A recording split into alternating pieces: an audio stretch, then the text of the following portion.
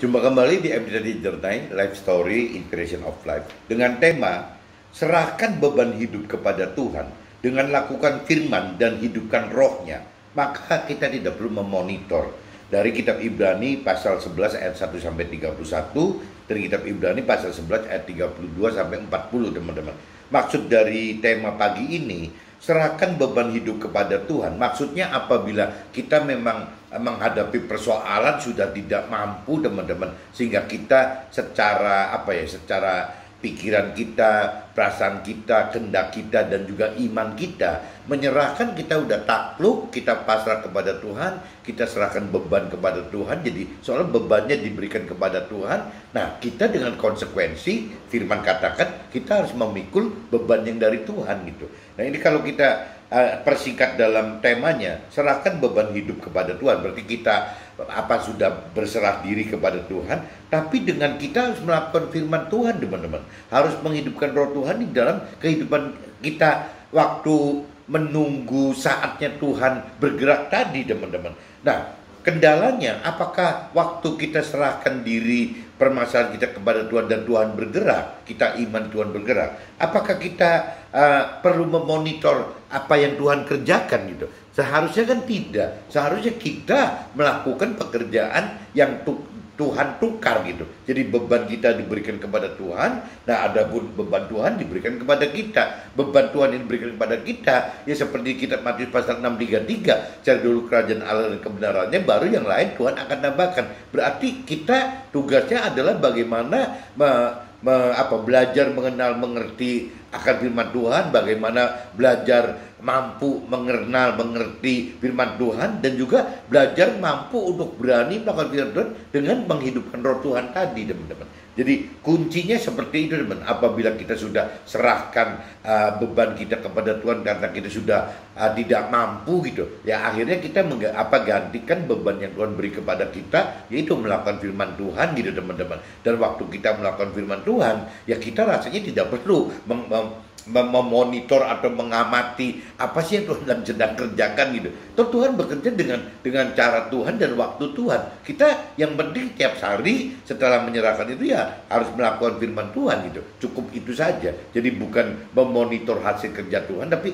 harusnya memonitor apakah kita melakukan firman Tuhan atau tidak. Menurut pengertian saya seperti itu, teman-teman. Nah, ini coba kita masuk ke dalam firman-Nya gitu. Di kitab Ibrani pasal 11, teman-teman, ayatnya 1 sampai 5. 1 sampai 5 dulu, teman-teman. Judulnya saksi-saksi iman itu. Iman adalah dasar dari segala sesuatu yang kita harapkan dan bukti dari segala sesuatu yang tidak kita lihat. Nah, ini yang kita harapkan, tapi tidak ada buktinya, dan sesuatu yang belum kita lihat gitu. Iman itu seperti itu gitu. Jadi ini penting sekali. Iman adalah dasar dari segala sesuatu yang kita harapkan dan bukti dari segala sesuatu yang tidak kita lihat. Jadi harapan dan bukti itu memang tidak terlihat, teman-teman. Itu iman gitu. Sebab oleh imanlah telah diberikan kesaksian kepada nenek moyang kita. Karena iman kita mengerti bahwa alam semesta telah dijadikan oleh firman Allah. Sehingga apa yang kita lihat telah terjadi dari apa yang tidak dapat kita lihat. Ini kuncinya juga, teman-teman. Karena iman Habel telah mempersembahkan kepada Allah korban yang lebih baik daripada korban Kain. Dengan jalan itu ia memperoleh kesaksian kepadanya bahwa ia benar karena Allah berkenan akan persembahannya itu, dan karena iman ia masih berbicara sesudah ia mati. Jadi waktu Habel meninggal dunia pun tetap iman Habel melalui darahnya masih bisa berbicara, teman-teman. Karena iman Henok terangkat supaya ia tidak mengalami kematian, dan ia tidak ditemukan karena Allah telah mengangkatnya. Sebab sebelum ia terangkat, ia memperoleh kesaksian bahwa ia berkenan kepada Allah. Kalau diinspirasi saya, teman-teman, Ibrani pasal 11 ayat 1 sampai 5, sharing dengan Pak Joshua kemarin, teman-teman, tanggal 7 bulan 6, tanggal 7 Juni tahun 2022, baru kemarin, teman-teman, tentang iman dengan materi kitab Ibrani pasal 11 ayat 1, teman-teman. Sebagai definisi iman, ya iman adalah dasar dari segala sesuatu yang kita harapkan dan bukti dari segala sesuatu yang tidak kita lihat. Nah, Pak Joshua katakan gitu, ya minta saya merenungi dan bertanya balik, apakah iman perlu dimonitor? Karena waktu awal saya bertanya dulu ke Pak Joshua, Pak Joshua, kalau kita sudah begini-begini, apakah kita kalau memang beriman, percaya bahwa Tuhan sedang melakukan pekerjaannya Tuhan dan saya melakukan apa yang Tuhan beban kepada saya, yaitu melakukan firman Tuhan, apakah saya perlu memonitor Tuhan gitu? Malah Pak Joshua berbalik lagi, ya apakah perlu menurut saya pantas Tuhan dimonitor gitu, hasil kerjanya gitu. Nah ini kembali yang lagi dibahas ini teman-teman. Dan kita lanjut lagi di Ibrani pasal 11 ayat 6 sampai 19 teman-teman. Tetapi tanpa iman tidak mungkin orang berkenan kepada Allah. Sebab barang siapa berpaling kepada Allah, ia harus percaya bahwa Allah ada dan bahwa Allah memberi upah kepada orang yang sungguh-sungguh mencari Dia. Itu, jadi Tuhan itu ada dan benar-benar itu kita mesti mencari Tuhan gitu. Kalau tidak ya tidak terjadi upah teman-teman. Tidak terjadi janji-janji Tuhan gitu. Karena iman maka Nuh dengan petunjuk Allah tentang sesuatu yang belum kelihatan, dengan taat mempersiapkan bahtera untuk menyelamatkan keluarganya. Dan karena iman itu ia menghukum dunia dan ia ditentukan untuk menerima kebenaran sesuai dengan imannya. Karena iman Abraham taat ketika ia dipanggil untuk berangkat ke negeri yang akan diterimanya menjadi milik pusakanya, lalu ia berangkat dengan tidak mengetahui tempat yang ia tujui gitu. Jadi waktu Abraham meninggalkan Ur Kasdim tidak ngerti teman-teman mau kemana gitu. Karena iman ia diam di tanah yang dijanjikan itu seolah-olah di suatu tanah asing, dan di situ ia tinggal di kemah dengan Ishak dan Yakub yang turut menjadi ahli waris janji-janji satu itu. Sebab ia menanti-nantikan kota yang mempunyai dasar yang direncanakan dan dibangun oleh Tuhan Allah. Karena iman ia juga dan Sarah beroleh kekuatan untuk menurunkan anak cucu walaupun usianya sudah lewat. Karena ia menganggap Dia, Tuhan itu, yang memberikan janji itu setia. Itulah sebabnya maka dari satu orang, malahan orang yang telah mati pucuk, terpancar keturunan besar seperti bintang di langit dan seperti pasir di tepi laut yang tidak terhitung banyaknya. Dalam iman mereka semua ini telah mati sebagai orang yang tidak memperoleh apa yang dijanjikan itu, tetapi yang hanya dari jauh melihatnya dan melambai-lambai kepadanya, dan yang mengakui bahwa mereka adalah orang asing dan pendatang di bumi ini. Sebab mereka yang berkata demikian menyatakan bahwa dengan rindu mencari suatu tanah air, dan kalau sekiranya dalam hal itu mereka ingat akan tanah asal yang telah mereka tinggalkan, maka mereka cukup mempunyai kesempatan untuk pulang ke situ. Tetapi sekarang mereka merindukan tanah air yang lebih baik, yaitu satu tanah air di sorgawi. Sebab itu Allah tidak malu disebut Allah mereka, karena ia telah mempersiapkan sebuah kota bagi mereka. Karena iman maka Abraham kata kala ia dicobai mempersembahkan Ishak, ia yang telah menerima janji itu rela mempersembahkan anaknya yang tunggal, walaupun kepadanya telah dikatakan keturunan yang berasal dari Ishaklah yang akan disebut keturunanmu. Karena ia berpikir bahwa Allah berkuasa membangkitkan orang-orang sekalipun daripada orang mati, dan dari sana ia seakan telah menerimanya kembali. Jadi iman Abraham seperti itu, teman. Percaya sekali bahwa Ishak itu apabila dikorbankan itu, ya disembelih, beneran disembelih, nggak apa-apa gitu, karena Ishak ya akan dibangkitkan kembali oleh Tuhan. Itu begitu berimannya yang namanya Nabi Abraham gitu. Itu yang kalau diinspirasi saya teman-teman, Ibrani pasal 11 ayat 6 sampai 19, tanpa memiliki iman tidak mungkin orang percaya dan berkenan kepada Tuhan. Orang yang beriman harus percaya akan keberadaan Tuhan dan percaya Tuhan memberi upah kepada orang yang sungguh-sungguh mencari Tuhan dengan mau belajar firman dan mampu mengenal dan mengerti serta melakukan ya firman Tuhan dengan menghidupkan roh Tuhannya gitu. Kalau tanpa ini nggak bisa terjadi teman-teman. Nah ini kita lanjut lagi di Ibrani pasal 11 ayat 20 sampai 31 teman-teman. Karena iman maka Ishak sambil memandang jauh ke depan memberikan berkatnya kepada Yakub dan Esau. Karena iman maka Yakub ketika hampir waktunya akan mati memberkati kedua anak Yusuf, lalu menyembah sambil bersandar pada kepala tongkatnya. Karena iman maka Yusuf menjelang matinya memberitakan tentang keluarnya orang-orang Israel, memberi pesan tentang tulang belulangnya. Karena iman maka Musa setelah ia tahu dia lahir, disembunyikannya selama 3 bulan oleh orang tuanya, karena mereka melihat bahwa anak itu elok rupanya dan mereka tidak takut akan perintah raja gitu. Karena iman maka Musa setelah dewasa menolak disebut anak putri Firaun. Karena ia lebih suka menderita sengsara dengan umat Allah daripada untuk sementara menikmati kesenangan dari dosa. Ia menganggap penghinaan karena Nabi Isa sebagai kekayaan yang lebih besar daripada semua harta Mesir, sebab pandangannya ia arahkan kepada upah. Ini kalau saya universalkan, ia menganggap penghinaan karena firman Tuhan sebagai kekayaan yang lebih besar daripada semua harta Mesir, sebab pandangannya ia arahkan kepada upah. Karena iman, maka ia telah meninggalkan Mesir dengan tidak takut akan murka raja. Ia bertahan sama seperti ia melihat apa yang tidak kelihatan. Karena iman, maka ia mengadakan Paskah dan pemercikan darah supaya pembinasa anak-anak sulung jangan menyentuh mereka. Karena iman, maka mereka telah melintasi Laut Merah sama seperti melintasi tanah kering, sedangkan orang-orang Mesir tenggelam ketika mereka mencobanya juga. Ini waktu Musa menyeberangi Laut Merah, teman-teman. Karena iman, maka beruntuhlah tembok-tembok Yeriko setelah kota itu dikelilingi 7 hari lamanya. Karena iman, maka Rahab perempuan sundal itu tidak turut binasa bersama-sama dengan orang-orang durhaka, karena ia telah menyambut pengintai-pengintai itu dengan baik, teman-teman.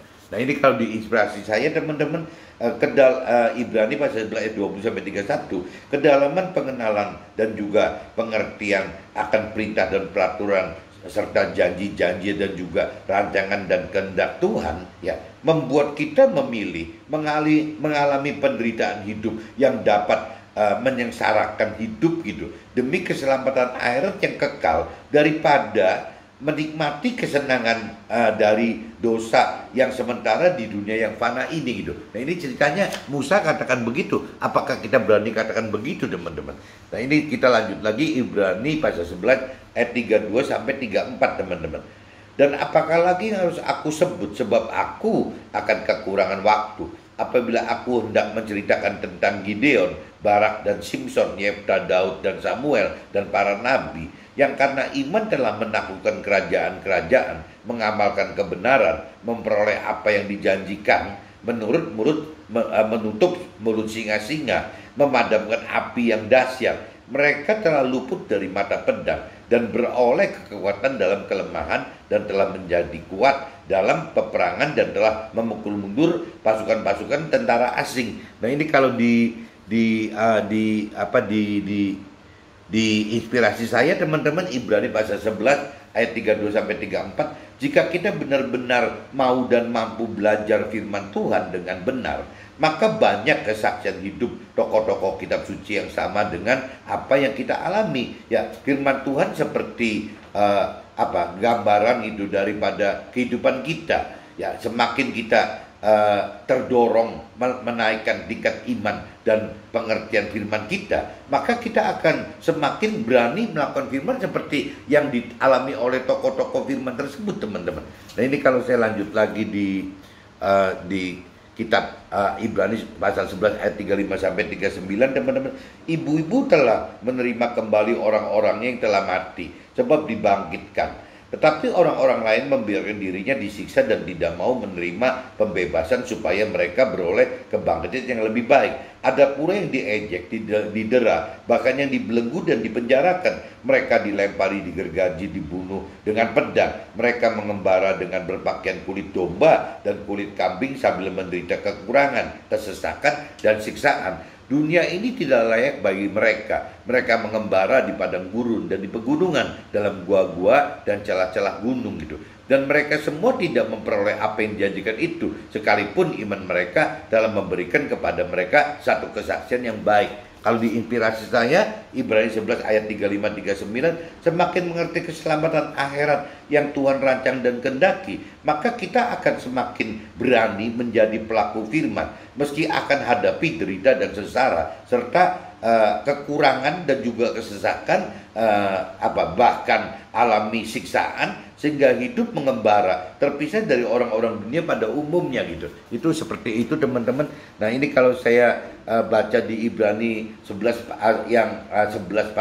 pasal 11 ayat 40 yang terakhir, teman-teman, sebab Allah telah menyediakan sesuatu yang lebih baik bagi kita. Tanpa kita mereka tidak dapat sampai kepada kesempurnaan. Sebab Allah telah menyediakan sesuatu yang lebih baik bagi kita apabila kita mengenal mengerti firman Tuhan gitu ya. Tanpa kita mereka tidak dapat sampai kepada kesempurnaan. Jadi Tuhan pengen kita sempurna teman-teman. Kalau diinspirasi saya teman, Ibrani pasal 11 ayat 40, bagi pelaku firman yang benar-benar beriman, Tuhan telah sediakan sesuatu yang lebih baik. Karena tanpa iman tidak akan mencapai kesempurnaan hidup yang Tuhan rancang dan kehendaki. Untuk beriman kita dapatkan itu dan tidak perlu memonitornya gitu. Untuk beriman kita tidak dapat dan tidak perlu memonitor apa yang tidak terlihat, bahkan tidak dapat mengimani jadi karena iman adalah karunia yang dari Tuhan. Jadi kalau menurut pendapat sharingnya dari Pak Yosua gitu ya, yang namanya kalau kita sudah berserah kepada Tuhan gitu teman ya, kita tidak bisa gitu, tidak selama kita memikul beban yang dari Tuhan, yaitu melakukan firman Tuhan tadi gitu ya, kita tidak perlu memonitor apa yang Tuhan kerjakan gitu, karena apa yang diimani oleh kita kan tidak terlihat teman. Bahkan Pak Joshua katakan untuk beriman pun juga tidak bisa teman, karena iman itu adalah bukan berjuang untuk mendapatkan iman, tapi iman itu adalah pemberian dari karunia Tuhan Allah gitu. Jadi ya kita akhirnya ya sudah, kita percaya saja Tuhan menggantikan posisi kita gitu. Nah kita tinggal jangan sampai tidak melakukan firman Tuhan. Menurut sharing Pak Joshua, temanya yang serahkan beban hidup kepada Tuhan dengan lakukan firman dan hidupkan rohnya, maka tidak diperlukan monitoring atau pengawasan atau apa sih gitu. Karena menurut Pak Joshua begitu ya, iman itu tidak bisa dilihat dan bahkan iman itu tidak bisa kita miliki, karena iman itu hanya satu-satunya dari karunia Tuhan Allah gitu. Nah itu satu. Jadi di sini disimpulkan bahwa iman itu tidak dapat dimonitor gitu, karena tidak bisa dilihat, dan iman itu tidak dapat diimani gitu, karena iman bukan dari kita, iman itu dari kasih karunia Tuhan. Kita angkat tangan apabila kita bicara kunci yang begitu. Saya mengelola perusahaan teman-teman merasa dari tahun 2007 sampai 2022 ini kan istri saya dan tim yang ngelola perusahaan teman, bukan saya gitu. Nah karena saya tergerak untuk berdiam gitu. Nah saat ini 2002 menghadapi permasalahan besar sekali gitu bagi istri saya dan timnya. Nah akhirnya begitu, saya kalau begitu tim katakan bahwa mereka angkat tangan, termasuk istri saya juga angkat tangan gitu, ya maka Tuhan akan turun tangan gitu ya, selama kita sudah memang menyerahkan segala persoalan di perusahaan ini kepada Tuhan gitu. Jadi tidak ada yang separuh-separuh gitu. Jadi semua sudah dikasihkan kepada Tuhan. Kalau memang kita sudah kasihkan kepada Tuhan, ya berarti apa yang kita bisa urusin, toh Tuhan yang urusin semua gitu. Nah makanya kan balik lagi tadi ditemakan hari ini, di sharingan itu, kalau kita memang sudah berserah benaran, bagaimana gitu? Apakah kita perlu monitor itu habis-habisan? Rasanya mestinya bagi kita yang sudah mengenal mengerti akan firman Tuhan, mestinya ya waktu kita menyerahkan, kita cukup ya hanya melakukan apa yang Tuhan perintahkan pada kita saja teman-teman, tanpa harus ikut terlibat, tanpa terlalu mati-matian berdarah-darah lagi gitu. Tidak perlu harus memonitor tiap hari, karena memang cara kerja Tuhan tidak bisa kita monitor karena tidak terlihat. Dan beriman pun juga kita tidak bisa mengimani akan langkahnya Tuhan gitu, akan pikul beban Tuhan apa yang dari kita diserahkan Tuhan itu diimani, itu pun tidak bisa teman-teman. Nah bagaimana kalau kita sekarang seacu itu kesannya kan bagi orang dunia, bagi orang berkeyakinan ya, mengimani sesuatu itu akhirnya terkesan kayak orang ini kok acuh banget ya, kok impoten banget, kok nggak tahu diri, kok jadi disalahkan gitu ya. Karena orang beriman itu seperti itu teman-teman. Orang beriman itu seolah-olah bertentangan dengan apa yang dipikirkan, dirasakan oleh orang-orang beragama atau berkeyakinan. Nah ini tinggal kita mau pilih yang mana. Nah kalau menurut Pak Joshua, kalau kita memang beriman, ya kita mau percaya apa yang Tuhan perkatakan di dalam firman-Nya gitu, atau kita mau percaya pendapatnya orang-orang yang dari dunia itu gitu, orang yang masih orang dunia dan orang berkeyakinan, yaitu kembali ke kita lagi. Kalau menurut Pak Joshua, sebenarnya kalau kita beriman, ya kita harus mendengarkan firman Tuhan saja, tidak perlu mendengarkan pendapat daripada orang dunia atau orang berkeyakinan. Oke teman-teman, see you, bye-bye.